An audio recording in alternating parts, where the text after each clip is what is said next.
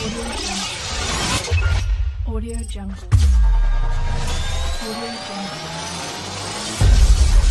Audio Jungle. Shalom Bapak Ibu sekalian. Saat ini saya akan mempresentasikan atau akan menjabarkan rencana untuk proses belajar mengajar di dalam mata kuliah yang saya ampu, yaitu mata kuliah untuk multimedia.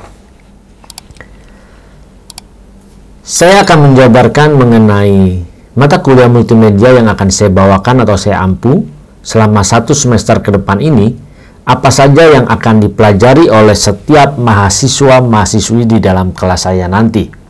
Mengingat perkembangan teknologi yang begitu cepat, bahkan kita semua tidak bisa terhindar dari yang namanya multimedia, maka setiap mahasiswa wajib untuk mengerti, mengetahui, bahkan mahir menggunakan multimedia.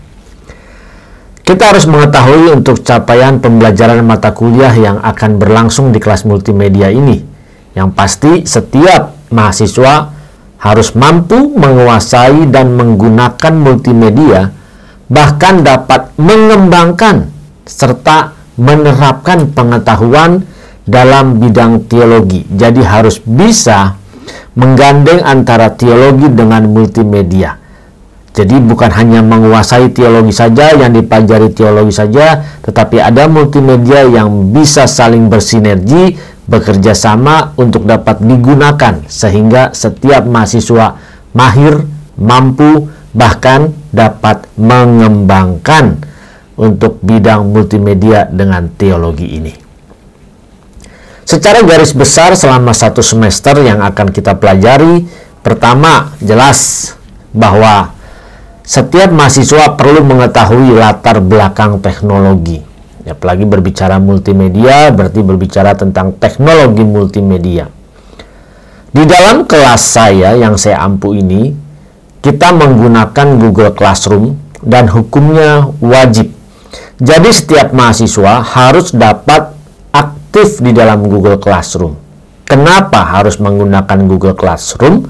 Platform Google Classroom ini memberikan kemudahan untuk berinteraksi atau kelas yang secara online-nya, bahkan di dalam mengirimkan tugas, mengumpulkan tugas, penyampaian pesan, semua bisa terjadi di dalam Google Classroom. Dan ingat, semua ada recordnya, ada jejak rekamnya, sampai kapanpun masih bisa kita aktifkan kembali. Setiap mahasiswa perlu mengetahui bagaimana menggunakan Google Classroom, bagaimana cara membuat kelas, bagaimana cara memberikan tugas, bagaimana cara mengumpulkan tugas, karena banyak sampai saat ini hanya bisa masuk sebagai siswa tetapi tidak dapat menguasai fitur-fitur yang ada di dalamnya. Ada juga pembelajaran mengenai Microsoft Word, Excel, dan PowerPoint. Kenapa harus diajarkan kembali? Seharusnya ini memang di level sebelumnya. Tetapi melihat banyak mahasiswa-mahasiswi sampai saat ini, mereka tidak begitu menguasai Word. Ketika mengetik bisa tidak sama ukurannya, bagaimana mengatur marginnya, bagaimana membuat halamannya. Mereka tidak menguasai untuk hal ini. Apalagi harus menggunakan Mendeley, harus menggunakan Zotero. Nah, mereka belum dapat atau belum mahir di dalam menggunakan ini. Excel nanti akan dikupas sedikit saja, tidak banyak. Tetapi untuk PowerPoint, saya akan mengajarkan bagaimana membuat desain materi PowerPoint yang menarik. Bahkan ketika mempresentasikannya, ini juga menarik. Jadi PowerPoint-nya ini harus bisa menarik dibuatnya. Bukan seperti yang ada sekarang ini, tulisan banyak-banyak lalu di copy paste ke dalam PowerPoint.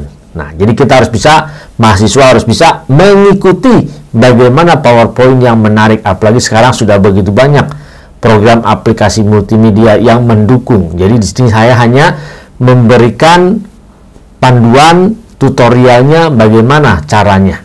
Bukan hanya dari Microsoft Word, Excel, PowerPoint, tetapi juga harus dapat menggunakan untuk Google Docs, Sheet, dan Slide. Ini yang beda-beda tipis, hanya beda platform, tetapi ini akan sangat membantu. Bukan hanya sampai di situ, tetapi setiap mahasiswa harus dapat menguasai fitur-fitur yang ada di dalam Zoom Cloud Meeting. Walau perkuliahan ini dilakukan secara onsite, tetapi tetap harus mengerti bagaimana menggunakan Zoom. Karena ini menjadi suatu sarana yang kapan saja yang kita tidak tahu prediksi ke depannya, ini bisa digunakan. Bahkan ketika mahasiswa telah selesai dalam perkuliahan, mungkin dia berkecimpung di dalam marketplace, dia paling tidak tahu untuk menggunakan hal ini. Tidak hanya itu, setiap mahasiswa akan saya ajarkan bagaimana membuat tutorial. Nah, tutorial with OBS yang mudah saja seperti ini yang saya lakukan sekarang.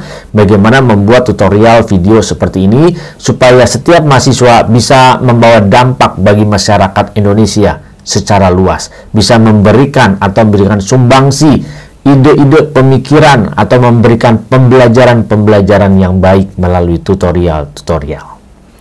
Selanjutnya, nanti setiap mahasiswa diharapkan juga dapat memiliki channel pribadi di YouTube, bahkan juga harus bisa membuat YouTube-nya berfungsi atau mendukung bagaimana pengembangan teologi, bagaimana bisa mengajarkan teologi yang baik, bagaimana juga bisa membahas teologi dengan benar melalui YouTube. Jadi mahasiswa nanti disarankan, diajarkan untuk belajar bagaimana membuka channel yang baik, bagaimana untuk mengembangkan channelnya yang baik. Nah, ini yang secara garis besarnya.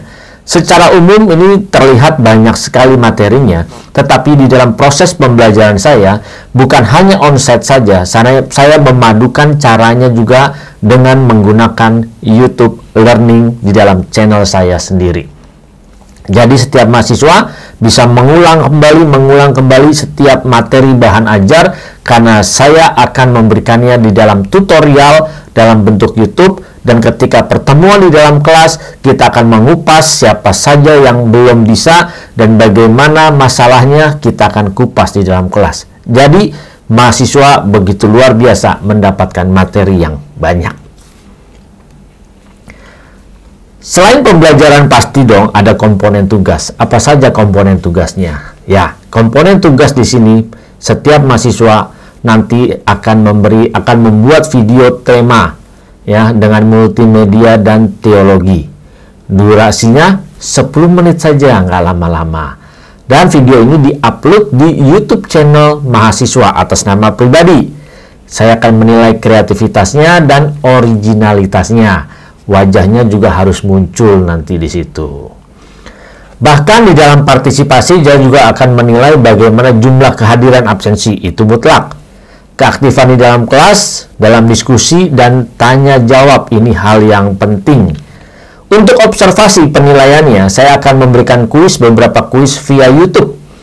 Yang diberikan via YouTube, dan nanti juga harus belajar tutorial via YouTube, karena saya akan memberikan nilai observasinya melalui keaktifan di sana.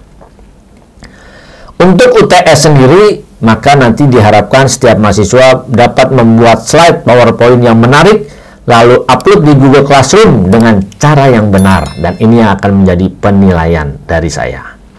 Untuk UAS-nya, maka setiap mahasiswa jelas UAS ini akan saya padukan dengan hasil karya tugasnya, yaitu membuat channel atas nama sendiri. Yang pertama channel atas nama sendiri, terus videonya harus temanya multimedia dan teologi, lalu juga bisa membuat tutorial apa saja dengan yang sudah diajarkan, durasi kurang lebih 10 menit, tampil wajah masing-masing, bahkan batas waktunya hanya 1 minggu setelah perkuliahan selesai, sehingga saya bisa memberikan nilai.